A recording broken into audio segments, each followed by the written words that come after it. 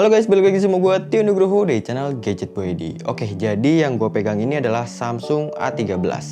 Gue udah pakai handphone ini tuh selama kurang lebih 1 bulan. Ya udah, paling kayak gini untuk video pengalaman gue selama gue pakai Samsung A13 ini.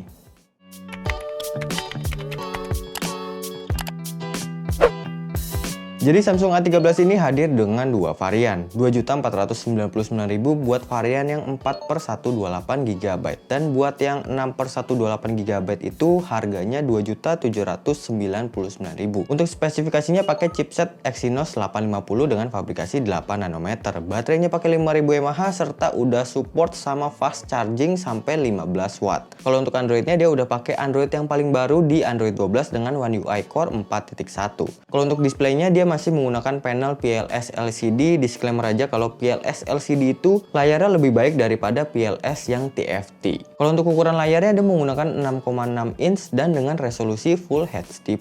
Kalau untuk refresh rate-nya sayangnya masih di 60 Hz. Poin plus dari handphone ini adalah layar depannya udah dilindungi sama Gorilla Glass 5. Kalau untuk di paket pembeliannya yang kalian dapetin itu ada handphonenya, ada dusnya, buku manual, kabel charger Type-C, dan kepala charger 15 watt. Sayangnya buat case dan tempered glass itu nggak dikasih di paket pembeliannya. Jadi setelah gue menggunakan handphone ini selama kurang lebih 1 bulan, gue menemukan beberapa hal yang cukup menarik dari handphone ini. Ternyata nggak selalu HP ngebut itu jadi prioritas yang paling utama kalau nyari sebuah handphone bagus. Harus dilihat juga dari sisi yang lain kayak desainnya gimana, layarnya gimana, hasil video dan fotonya itu gimana, dan baterainya bisa bertahan selama 1 hari atau enggak. Semuanya itu harus dipertimbangkan dengan seksama. Selain dari beberapa aspek yang gue sebutin di atas, kadang orang tuh lupa sama satu hal yang paling penting dari mencari sebuah smartphone. Belilah handphone sesuai kebutuhan kalian. Gue sadar buat di harga 2 jutaan, HP ini tuh nggak fokus sama performa yang cuman ngebut aja. Artinya adalah performa dari handphone ini tuh masih di kategori biasa aja buat di harga 2 jutaan. Tapi handphone ini tuh lebih fokus ke pemakaian kayak basic sehari-hari. Kayak sosial media, multimedia, dan tampilan user interface atau UI yang simple tapi tetap bisa mencukupi kebutuhan sehari-hari. Walaupun layar dari Samsung A13 ini masih menggunakan panel PLS LCD, tapi Samsung sukses bikin saturasi warna yang menurut gua itu kerasa pas banget. Nggak terlalu kental dan nggak terlalu pucet juga. Kalau buat nonton YouTube, HP ini masih bisa gua pakai di resolusi 1080p. Kalau buat nonton Netflix, sayangnya buat HDR itu nggak bisa. Ya jelas lah, karena panelnya masih pakai panel PLS LCD. Tapi seenggaknya udah bisa nonton di Full HD+, itu sebuah peningkatan. Soalnya di pendahulunya di Samsung A12 itu cuman support sampai HD. Cuman yang agak mengecewakan itu di bagian poninya aja. Menurut gua, udah nggak zaman kali ya masih pakai water drop display kayak gini. Terus juga di bagian dagunya ini masih kerasa cukup tebel. Ya balik lagi lah, namanya juga handphone 2 jutaan, jangan ekspektasi terlalu tinggi. Lanjut untuk bagian speakernya, menurut gua kualitas speaker dari Samsung A13 itu kelihatan atau kerasa biasa aja ya. Ya kelasan handphone 2 jutaan lah, toh HP ini juga masih pakai single speaker. Gini aja deh, gue bakal kasih contoh suara speakernya itu kayak gimana, biar kalian bisa nilai sendiri.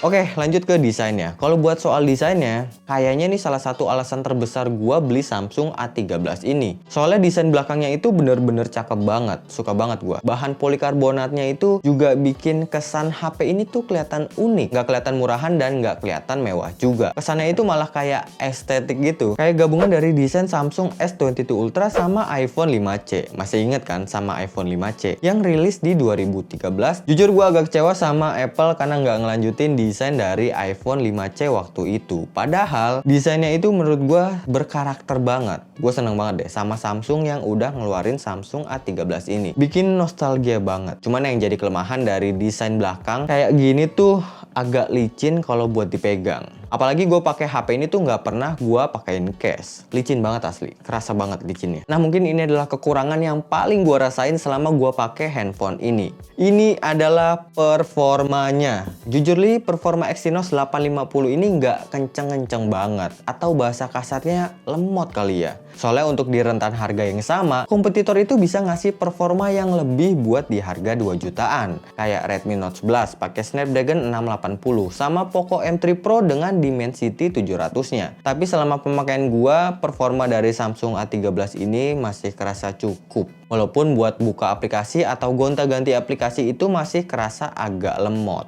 Tapi ini cukup wajar buat di kelas 2 jutaan. Kalau dipakai buat gaming, Samsung A13 ini tuh sebenarnya masih bisa dan masih enak-enak aja. Cuma kalau buat gaming yang tipenya itu casual ya, atau ya gaming-gaming umum lah. Soalnya kalau udah game tipe kompetitif, gue sangat nggak menyarankan pakai handphone ini. Di sini gue udah coba main PUBG Mobile. Gue bisa dapet di settingan Smooth Ultra dan HD High. Kalau untuk sensor gyroscope, software maupun hardware, sayangnya HP ini belum support. Selama main, gue ngerasa nggak cukup nyaman. Buat movementnya itu juga kerasa berat banget. Tapi untungnya tombol-tombolnya ini masih cukup kerasa responsif. Ya standar handphone 2 jutaan lah. Untuk performa gua rasa di PUBG Mobile agak kurang enak. Untuk game kedua gua main di Mobile Legends. Settingannya gue bisa dapet di grafik ultra dan refresh rate high. Kalau untuk di in-game-nya gue main di settingan rata kanan. Kalau secara settingan walaupun HP ini udah termasuk bagus, tapi pas dimainin tetap kerasa agak berat. Gue ngerasa pencetannya itu masih kurang responsif. Terus performanya juga masih kerasa agak lemot. Ya mungkin butuh update software lagi buat maksimalin performa dari Exynos 850 ini.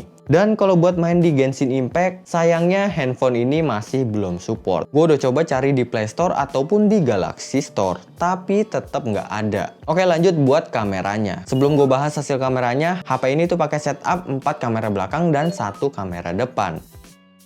Ini tuh setup kamera yang termasuk udah lengkap ya buat di harga 2 jutaan. Karena biasanya handphone 2 jutaan itu nggak ada kamera ultra wide-nya. Untuk di settingan kameranya di sini ada mode portrait, foto, video, dan mode more. Di dalam mode more ada mode pro, panorama, food, dan makro. Kalau buat di kondisi cahaya yang cukup banyak, hasil fotonya ini masih kerasa cukup bagus. Tapi kalau buat detailnya agak kurang detail sih ya kalau menurut gua. Dia itu karakternya lebih ke soft. Ton warnanya juga kalau gue lihat itu enggak terlalu pekat ya. Nggak kayak hasil foto dari kamera Samsung kebanyakan. Tipenya itu kayak natural gitu buat hasil kameranya. Kalau buat kamera ultrawide-nya sebenarnya gue nggak terlalu berharap lebih sama hasil kamera ultrawide di handphone 2 jutaan. Udah dikasih kamera ultrawide aja itu udah cukup bagus. Kalau ditanya hasilnya itu bakalan kayak gimana, agak kurang bagus. Kalau buat detail di area tengahnya itu masih kerasa cukup bagus. Cuman kalau udah di sudut foto, hasil detailnya itu kerasa nggak cukup bagus atau agak ngeblur lah. Tapi buat di harga 2 jutaan ya beginilah adanya. Jangan expect terlalu tinggi.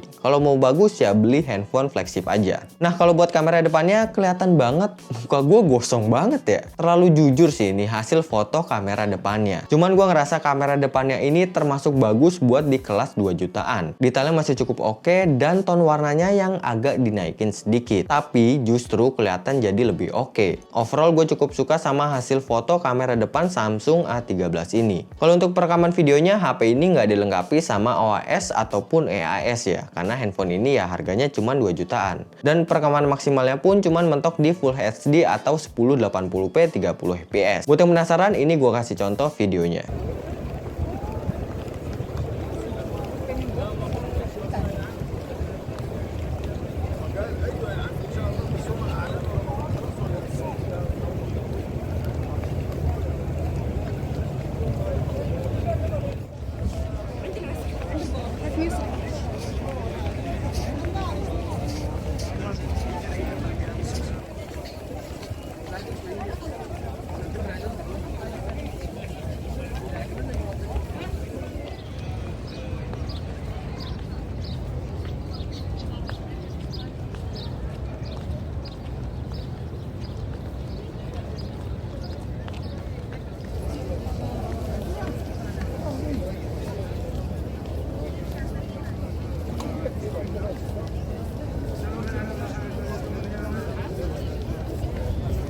Oke, yang terakhir ini untuk baterainya. Selama gue pakai handphone ini sebenarnya agak jarang sih ya gue pakai handphone ini, nggak terlalu sering juga. Tapi kalau ditanya sanggup dipakai 1 harian atau enggak, gue bakal bilang HP ini tuh bisa dipakai selama 1 hari atau bahkan bisa 1,5 hari. Kalau dilihat dari prosesor yang lebih fokus ke efisiensi daya, UI yang nggak terlalu berat, dan ukuran baterai yang udah cukup gede di 5000 mAh, pastinya bakal bisa dipakai 1 harian, bahkan bisa lebih 1,5 hari sampai 2 hari. Dan untuk pengecasannya juga, walaupun HP ini cuma dikasih daya 15 watt, tapi masih bisa ngecas sampai 30%. Itu cukup makan waktu sekitar 30 menit. Dan kalau sampai penuh, itu cukup makan waktu sekitar 2 jam 15 menit. Oke, jadi ini adalah kesimpulan gue buat Samsung A13 ini. Menurut gue, handphone ini ada cukup banyak peningkatan dari seri pendahulunya di Samsung A12. Desain yang jauh lebih cakep, terus kualitas layarnya ini bener-bener cakep banget buat HP di kelas 2 jutaan. Terus handphone ini juga udah bisa Full HD+,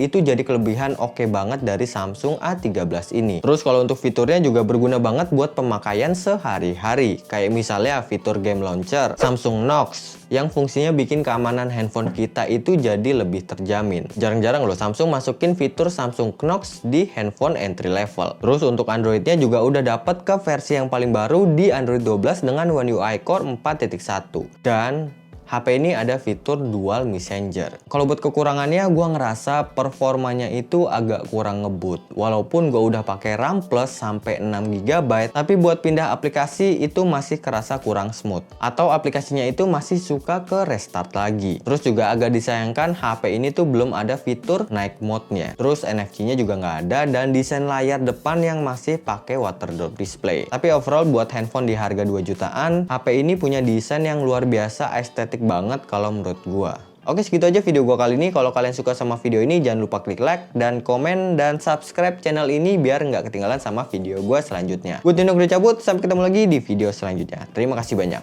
Bye bye.